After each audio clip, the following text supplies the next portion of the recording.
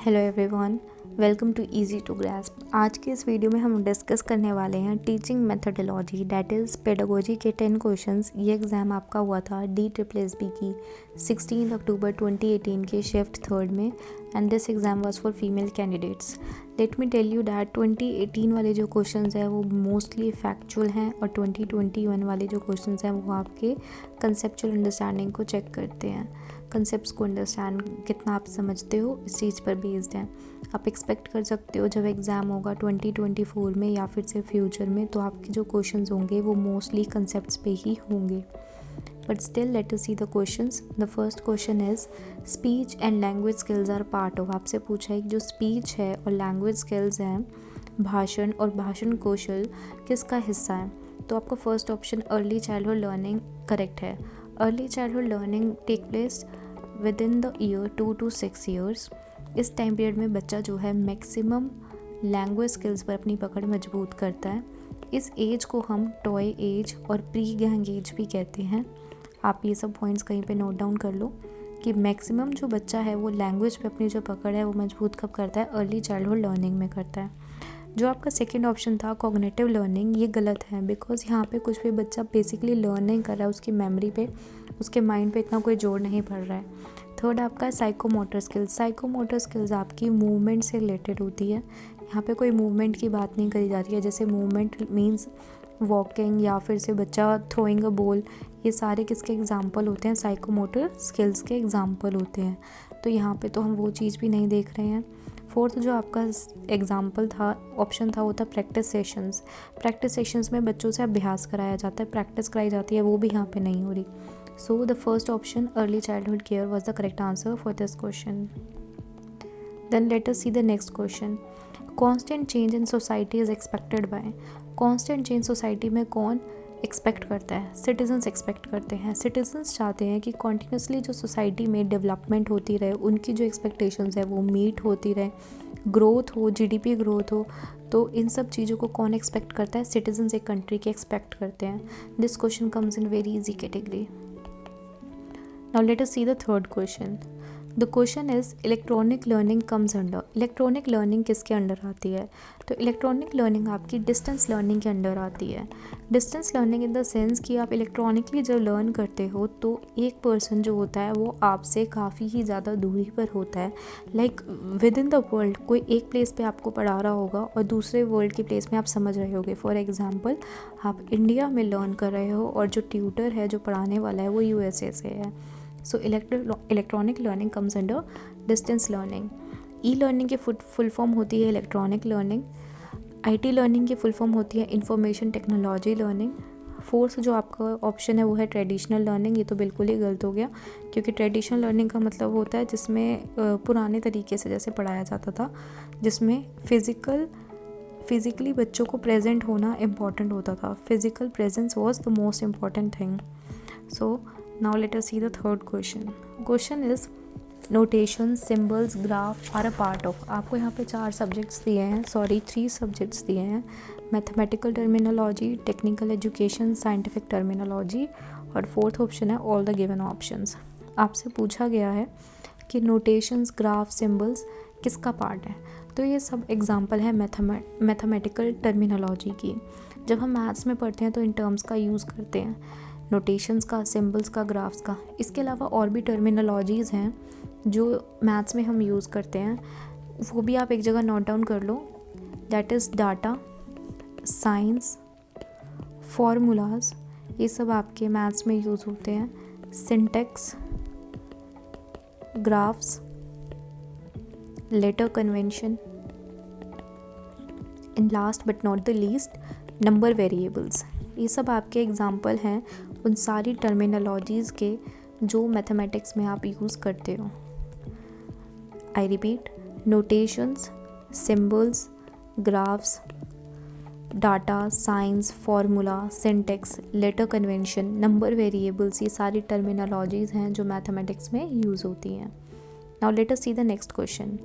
The question is eradicating पे gaps. अगर हम इरेडिकेट करते हैं पे गैप को और इंक्रीज़ करते हैं चांस वुमेन के वर्कफोर्स को, तो हम किस तरीके से कर सकते हैं। क्वेश्चन में पूछा हुआ है कि हम किस तरीके से पे गैप्स जो सैलरी में डिफरेंस होता है वुमेन और मेन की, और हम किस तरीके से इंक्रीज़ कर सकते हैं कि वुमेन जो है वो मैक्सिमम परफॉर्मेंस दिखाएं अपनी वर्कफोर्स में, ज़्यादा से ज़्यादा वुमेन क्या हो, एम्प्लॉयड हो, तो हम किस तरीके से इंश्योर कर सकते हैं। आपको 4 ऑप्शन दिए हुए हैं। फर्स्ट ऑप्शन है गर्ल्स एजुकेशन। गर्ल्स को एजुकेशन देंगे हम तो उससे क्या होगा कि वुमेन जो है एजुकेटेड होंगी और एम्प्लॉयमेंट सेक्टर में परफॉर्म करेंगी। So the first option was the correct answer. Second option था special syllabus to girls. Special syllabus देने की ज़रूरत नहीं है, सेम सिलेबस दो जो बॉयज़ को पढ़ाया जाता है, और गर्ल्स को इक्वली कम्पीट करना चाहिए as compare to boys. Third है गवर्नमेंट पॉलिसीज़। सिर्फ सपोर्ट नहीं देना चाहिए कि गवर्नमेंट ने पॉलिसीज़ बना दी वुमेन के फेवर में इसलिए वुमेन अच्छा परफॉर्म करे, this is wrong. Special efforts देने की जगह हमें जो बेसिक एजुकेशन है वही देनी चाहिए। So the correct answer was option number 1। The next question is learning and education are. Learning और एजुकेशन क्या आपसे ये पूछा हुआ है। तो लर्निंग और एजुकेशन डिस्टिंक्ट टर्म्स होती हैं, एक दूसरे से अलग हैं ये दोनों वर्ड्स। अगर हम बात करें लर्निंग की तो लर्निंग लाइफ लॉन्ग प्रोसेस होता है। बच्चा जब पैदा होता है from infancy to death bed learn करता रहता है। Starts from birth and ends till death, starts from birth of the child. Okay, so इसके लिए जो वर्ड यूज़ किया जाता है लर्निंग के लिए वो होता है फ्रॉम वॉम्ब टू टॉम्ब, कि एक ह्यूमन बींग जो है वो सीखना शुरुआत कर देता है वॉम्ब में ही मदर के, एंटिल हिज डेथ बेड एक ह्यूमन बींग लर्न करता रहता है। बट अगर हम बात करें एजुकेशन की तो एजुकेशन सिर्फ एक अप्रोच है लर्न करने के लिए, सिर्फ एक अप्रोच है एजुकेशन लर्न करने के लिए। आप एजुकेशन को सिर्फ फॉर्मली ही गेन कर सकते हो, और अगर हम बात करें लर्निंग की तो जो लर्निंग है वो आपका इनफॉर्मली भी कंडक्ट होता है।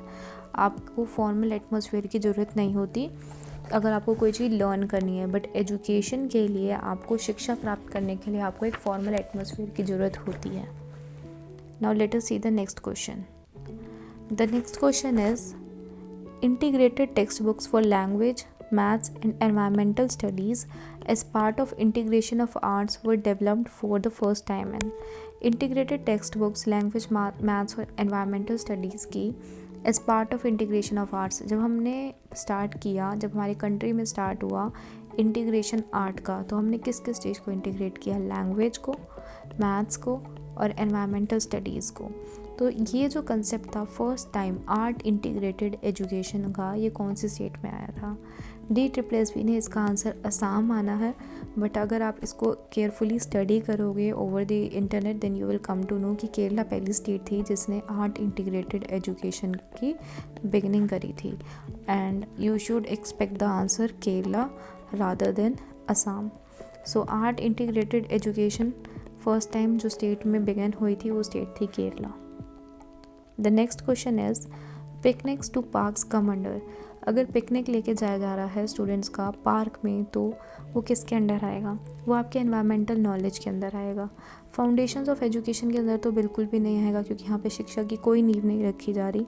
फॉर्मल एजुकेशन तो दी ही नहीं जा रही है कहीं से भी, नॉन फॉर्मल एजुकेशन दी जा रही है, नॉन फॉर्मल एजुकेशन तो दी जा रही है। बट अगर आप देखोगे ना कि वाइडर एस्पेक्ट क्या है, तो वाइडर एस्पेक्ट ये है कि बच्चों को यहाँ पे एनवायरमेंटल नॉलेज दी जा रही है। वो हमें कहाँ से पता चलता है, वर्ड पार्क से, क्योंकि बच्चों को एटमॉस्फेयर एनवायरनमेंट से डायरेक्टली रिलेट किया जा रहा है। तो अगर बच्चों का ट्रिप जा रहा है पार्क में पिकनिक जा रहा है, तो इसका आंसर होगा option number A, environmental knowledge. Now let us see the second last question. The question is teaching about solar power comes under. अगर बच्चों को सोलर पावर के बारे में पढ़ाया जा रहा है तो वो किसके अंडर आएगा, आपसे ये पूछा गया। यहाँ पे आपको 4 ऑप्शन दिए हुए हैं। First is environmental awareness, second social studies, third power saving techniques, fourth practical education. यहाँ पे प्रैक्टिकल एजुकेशन नहीं दी जा रही क्योंकि यहाँ पे सिर्फ पढ़ाया जा रहा है, एक्सपेरिमेंट कुछ नहीं हो रहा। पावर सेविंग टेक्निक तो है सोलर पावर, बट अगर हम स्पेसिफिकली बात करते कि किस तरीके से एनर्जी को सेव किया जा रहा है तो ही ये ऑप्शन होता।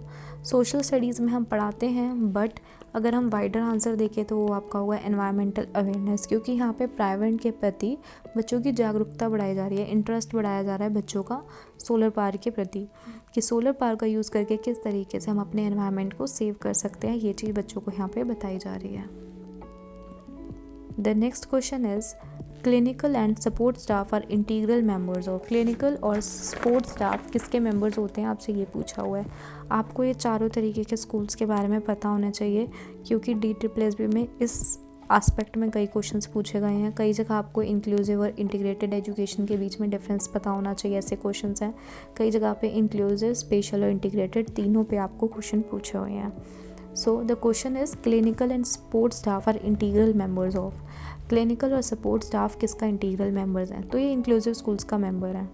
अब इंक्लूसिव स्कूल में क्या होता है कि जो बच्चे होते हैं, डिसेबल्ड किड्स होते हैं, डिसेबल्ड चिल्ड्रन को नॉर्मल चिल्ड्रन के साथ पढ़ाया जाता है, ठीक है, नॉर्मल के साथ पढ़ाया जाता है। बट यहाँ पे जो डिसेबल्ड स्टूडेंट्स होंगे उनको क्या किया जाएगा, स्पेशल नीड्स उनकी फुलफ़िल की जाएंगी। इंक्लूसिव स्कूल्स में डिसेबल्ड चिल्ड्रन की स्पेशल नीड्स को कंप्लीट किया जाएगा। उनको अगर हेल्प चाहिए किसी की तो वो दी जाएगी। तो यहाँ पे यही बात पूछा हुआ था कि क्लिनिकल और सपोर्ट स्टाफ किसका इंटीग्रल मेंबर है। कौन सा ऐसा स्कूल है जहाँ पे बच्चों को क्लिनिकल और सपोर्ट स्टाफ की मदद दी जाती है, स्कूल कम्युनिटी में मदद दी जाती है, तो वो आंसर है आपका इंक्लूसिव स्कूल। इंटीग्रेटेड स्कूल्स में क्या होता है कि डिसेबल चिल्ड्रन को नॉर्मल चिल्ड्रन के साथ तो पढ़ाया जाएगा, बट उनकी स्पेशल नीड्स फुलफ़िल नहीं करी जाती। इस चीज़ को आपको ध्यान रखना है। इंटीग्रेटेड स्कूल्स में स्पेशल नीड्स फुलफ़िल नहीं करी जाती, स्पेशल नीड्स फुलफ़िल करी जाती हैं स्पेशल स्कूल्स में, बट स्टिल अगर हम वाइडर एस्पेक्ट में देखें तो इसका करेक्ट आंसर था आपका inclusive schools. I am again repeating कि आपको क्लियर डिफरेंस पता होना चाहिए इंक्लूसिव स्कूल, स्पेशल स्कूल्स और इंटीग्रेटेड स्कूल्स में फॉर योर अपकमिंग एग्जाम।